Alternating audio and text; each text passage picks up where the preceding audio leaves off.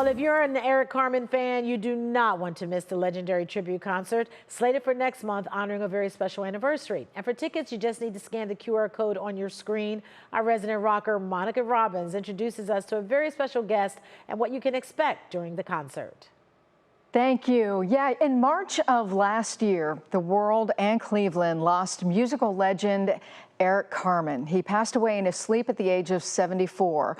But next month marks 50 years since the release of his first solo album.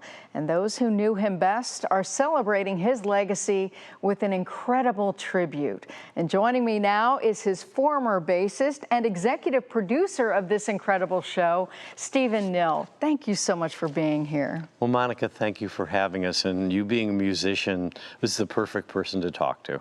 Well, I got to ask you, first of all, how did you get involved in Eric's band? And more importantly, how did this monumental idea come to fruition? Well, the story's been told a lot. I mean, we had a local band here called Magic. Eric picked us to be his solo band, backup band. We went to New York. We did the album. We did the tour. And it was kind of beyond our wildest dreams to actually play on a #1 record and tour with people like the Beach Boys. It was wonderful. And all along, you know, with this being the 50th anniversary, Eric, you know, in those old days, used synthesizers for string parts because nobody could bring an orchestra together. I think Eric only played with an orchestra once in Japan publicly and then a couple benefit shows or something. So we thought, well, why don't we do the show that Eric would want to do in 2025 if he was here? So that's what we've done. And we're basically throwing in the kitchen sink, like anything that we possibly can do to reproduce that album and some of his other famous songs too, we're doing. There could be 45 people on stage in some of the songs. Well, I know you have some pretty heavy hitter musicians who are going to be on that stage. Can you give us a hint who might be there? Well, I mean, we've listed all the people that are here from Cleveland, and they're really the who's who of sort of the Cleveland music market. I mean, we have 12 people in the band. I'll get yelled at if I leave everybody some names out, but I'll mention a couple. So Billy Sullivan and Jennifer Lee played in the Raspberries reunion tour, and Rich Spina has been a big part of it. Dennis Lewin, who's Dennis's cousin, who's understudied under Eric to play piano, is playing grand piano, and Don Kruger from the original band is with it from me, and Tommy Rich is on drums, and Michael Tyler, and... But there's somebody else who's, well, not somebody, but a lot of people, because this concert is at the Lakewood Civic Auditorium, and it includes the Lakewood High School Orchestra.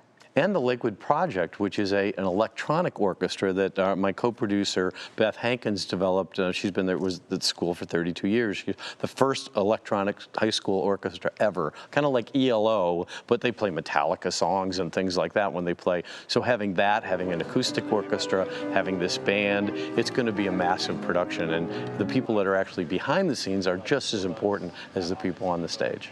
What does it mean to you to have kids being part of this? Well, everything. But one of the reasons that I and others have thought about doing this is that Eric's music, you know, like all other older music, it gets lost in time. And the idea is, how do we make Eric's music relevant to younger people? I mean, the only thing that's really happened is that, I mean, Eric Carmen's biggest thing he ever did was co-write Go All the Way. I mean, it's the biggest record, and it was in Guardians of the Galaxy. So there's only been a few places where his music has actually survived the test of time for younger people. I mean, Celine Dion had a bigger hit with All By Myself, but that was still back in the early 2000s, or in the 1890s, I think.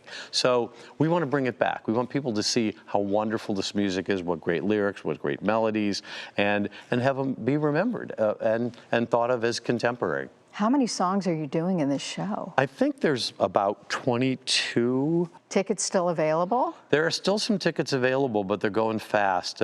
Pretty much what we have is the Lakewood Civic is divided sort of front to back, 5 sections across, right. And the prices are incredibly reasonable for a show like this.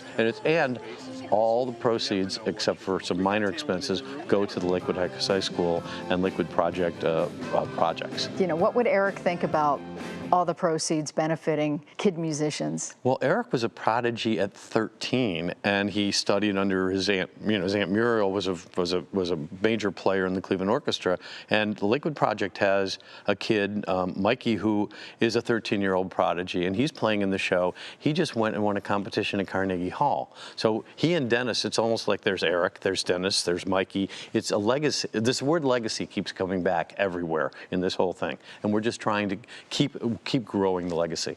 The week of Thanksgiving, November 25th.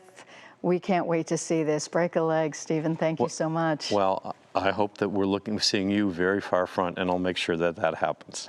Thank you so much. All right, back to you guys.